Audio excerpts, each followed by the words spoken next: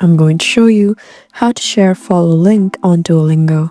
So it's really easy, so let's get right into it. So you can find the follow link in the add friends button. So let's just go ahead and go there. So now, once you're in the home button, look at the lower bar where you can see the three dot button. Once you tap here, you have options like feed and profile. Just go ahead and tap on profile, and now you can see this option of add friends. Just go ahead and tap there.